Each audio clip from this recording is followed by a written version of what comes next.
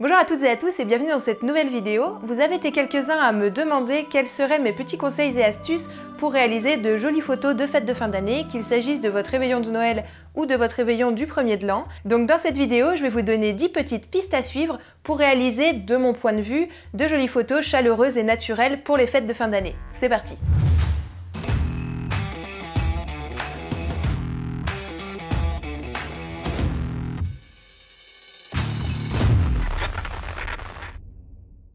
Alors dans le point numéro 1, je vais aborder un petit peu ma vision d'un joli reportage de fête de fin d'année, qui n'est pas forcément la vision classique et traditionnelle des photos de fin d'année, parce que, on va pas se mentir, on a tous connu un petit peu ce moment dans les fêtes où quelqu'un a voulu faire la photo de famille un peu classique et traditionnelle pour avoir tout le monde réuni, et ça arrive au plein milieu du repas alors qu'on aimerait bien plutôt manger des petits fours ou boire un petit verre, et qu'on se retrouve à faire 10 minutes, 20 minutes, 30 minutes des photos et que jamais personne n'est content, que machin ferme les yeux, qu'il n'y a pas une belle lumière, que blablabla, blabla, et ça s'éternise et du coup ça empêche un petit peu tout le monde de profiter de la fête. Et même ça fait que les gens ils passent un mauvais moment pendant les photos, ce qui est à mes yeux un petit peu dommage. Du coup pour ça j'ai tendance à privilégier une approche beaucoup plus reportage, comme je peux avoir sur les reportages mariage par exemple avec mes clients, qui est plutôt de faire des photos pas sur une session d'une demi-heure où on va bloquer tout le monde à ce moment-là pour les photos, mais plutôt de faire quelques petites photos tout du long de la soirée. Alors le but c'est pas de vous empêcher de passer une belle soirée parce que c'est vous qui faites les photos, hein. Vraiment faites-en juste une ou deux de temps en temps comme ça, mais réparties tout du long de la soirée, plutôt que voilà de bloquer un créneau complet pour ça. Ce sera une approche beaucoup moins intrusive, beaucoup plus discrète, beaucoup plus naturelle. Ça va rendre ainsi votre reportage un petit peu plus complet et intéressant à mes yeux, parce que vous aurez comme ça le début de la soirée, le milieu et tout le déroulé de la soirée en images, et vous allez ainsi pouvoir raconter une véritable histoire, l'histoire de votre soirée. Et vous allez voir dans les points suivants, mais ça va vraiment aussi favoriser le rendu de vos photos. Alors le point numéro 2 va être dans la continuité du point numéro 1, puisque ça va toujours avoir pour but de construire votre reportage de réveillon de façon la plus complète possible, et pour cela il ne faudra pas oublier de photographier tout ce qui peut construire le décor de votre histoire et le contexte de votre soirée. Donc par exemple, quelqu'un s'est sûrement embêté à faire une magnifique décoration de table, et n'hésitez pas à photographier tous les petits détails que la personne aura placés avec amour sur la table. N'hésitez pas aussi à photographier le sapin de Noël s'il y en a un, ou n'importe quelle autre décoration qui aura été placée là vraiment pour cette soirée et pour que tout le monde passe un chouette moment ce soir-là. Si jamais votre soirée a lieu aussi par exemple chez vos grands-parents qui sont à la montagne, ou vos grands-parents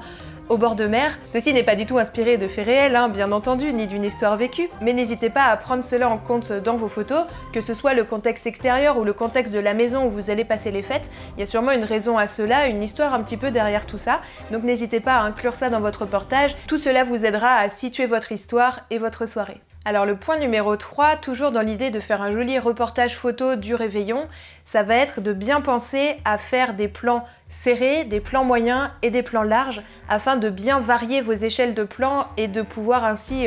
vraiment raconter toute l'histoire et de façon la plus complète possible. Donc pour rappeler par exemple par rapport au point numéro 2, vous allez pouvoir faire des très gros plans de la déco par exemple, mais aussi un plan très large pour montrer l'ensemble de la tablée avec le contexte de la maison dans laquelle c'est situé, etc. Pensez bien à alterner comme ça dans votre reportage entre les plans serrés, les plans larges, les plans moyens. Vraiment ça fera quelque chose qui à la fin, si vous faites un album photo par exemple, ou même une galerie en ligne ou quoi, ça aura un rendu très joli, très complet, et comme ça vous oublierez vraiment rien, puisque vous aurez le décor complet et chacun des petits détails joliment mis en valeur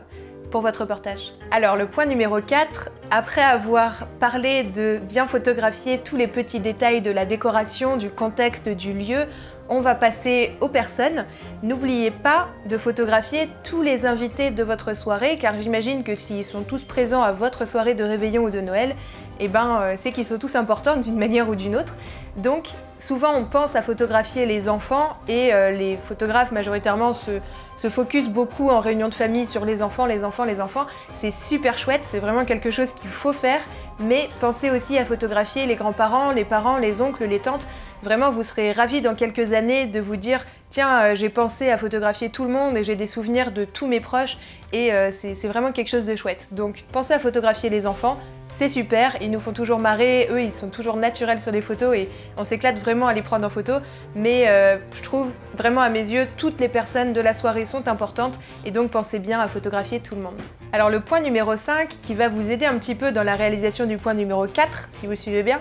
ce sera de photographier plutôt que faire poser indépendamment chaque personne et de rendre un peu tout ça ennuyeux et que les personnes elles vous disent ah mais moi je suis mal coiffée, moi je suis pas photogénique, moi je suis pas encore maquillée ou je ne sais quoi. Ce sera de capturer à la volée comme ça un petit peu discrètement tout un tas de vrais petits moments authentiques entre les personnes qui sont là. Que vous passiez les fêtes en famille avec vos amis ou n'importe qui, vous êtes sûrement avec vos proches. Et ce qui est intéressant donc, c'est de capturer les liens qu'il y a entre ces personnes-là. Par exemple, si c'est un enfant qui vient faire un gros câlin à sa grand-mère, ou si c'est des cousins qui vont jouer ensemble et faire les pitres, c'est autant de petits souvenirs comme ça qui feront que votre reportage à la fin sera super touchant, parce qu'on verra comme ça la complicité qui unit les personnes, l'amour qui unit tous les gens présents à votre réveillon. Et vraiment, c'est moi en tout cas, c'est ce que j'adore faire, c'est ce que j'adore montrer, c'est ce que j'adore partager. Et c'est ce qui fait que quand je regarde des photos que j'ai avec ma famille, de moi qui joue avec mes cousins ou quoi, bah vraiment ça me serre un peu le cœur et ça me fait vraiment être super contente.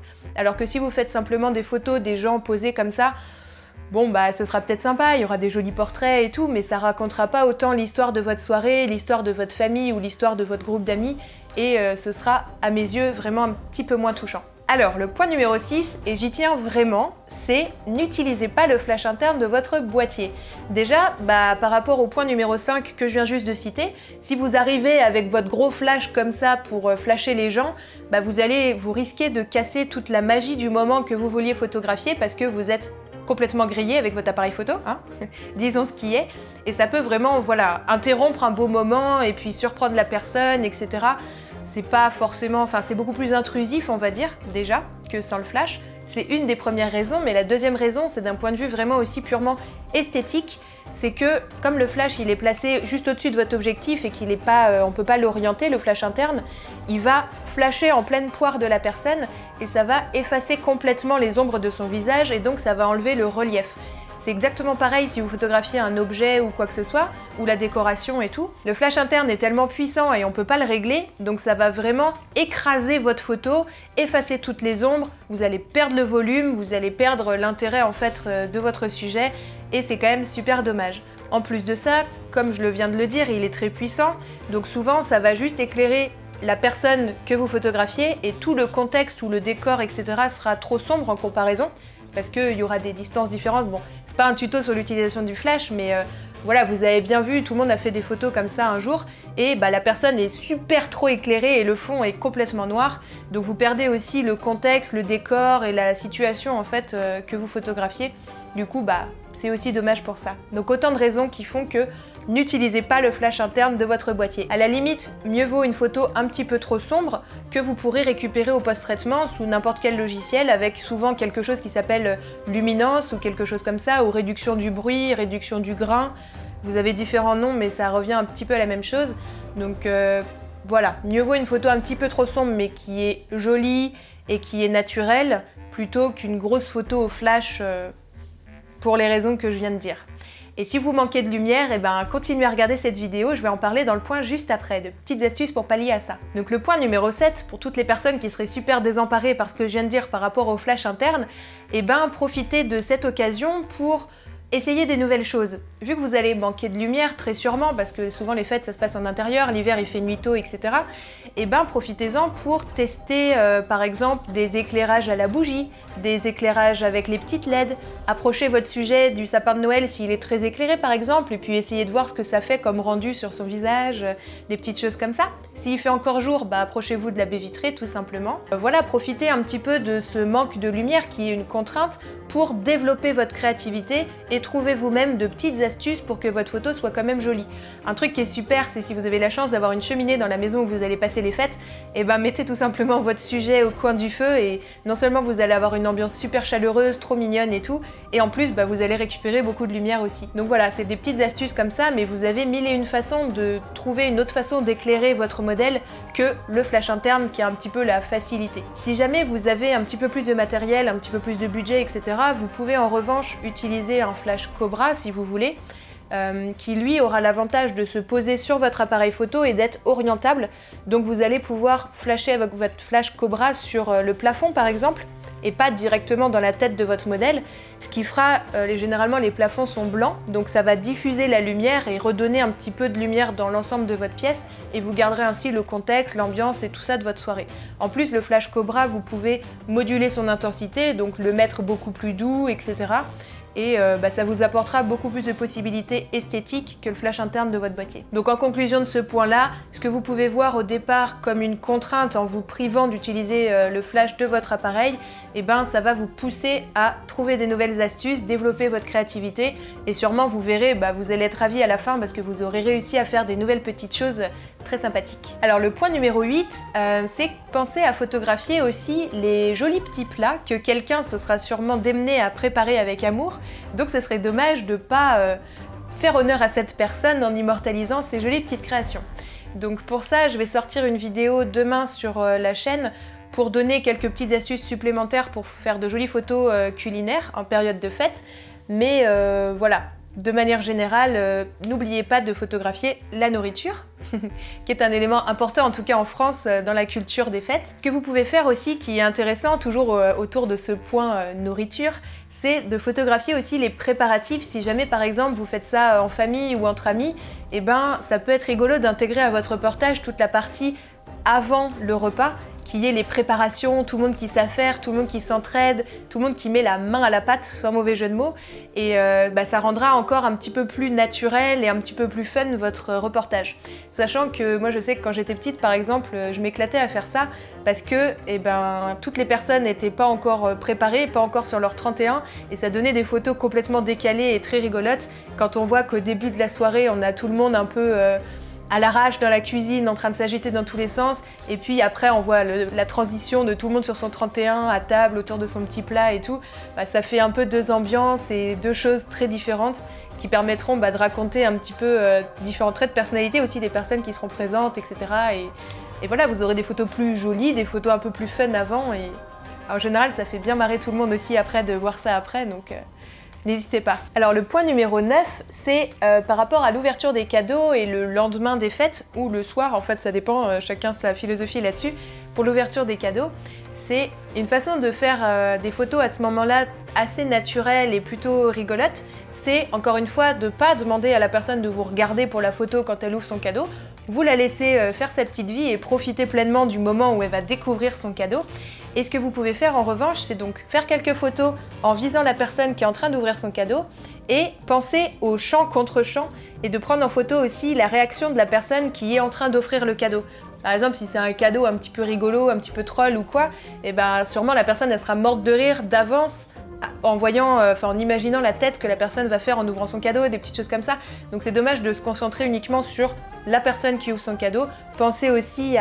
aux personnes qui offrent et essayez d'avoir un petit peu les deux comme ça pour avoir du répondant dans votre reportage photo, toujours c'est plutôt sympa. Alors le point numéro 10 est le plus important à mes yeux et j'ai l'impression de faire un remake de pas mal de mes vidéos où je conclue là-dessus, mais pour moi c'est vraiment genre le nerf de la guerre cette histoire-là, c'est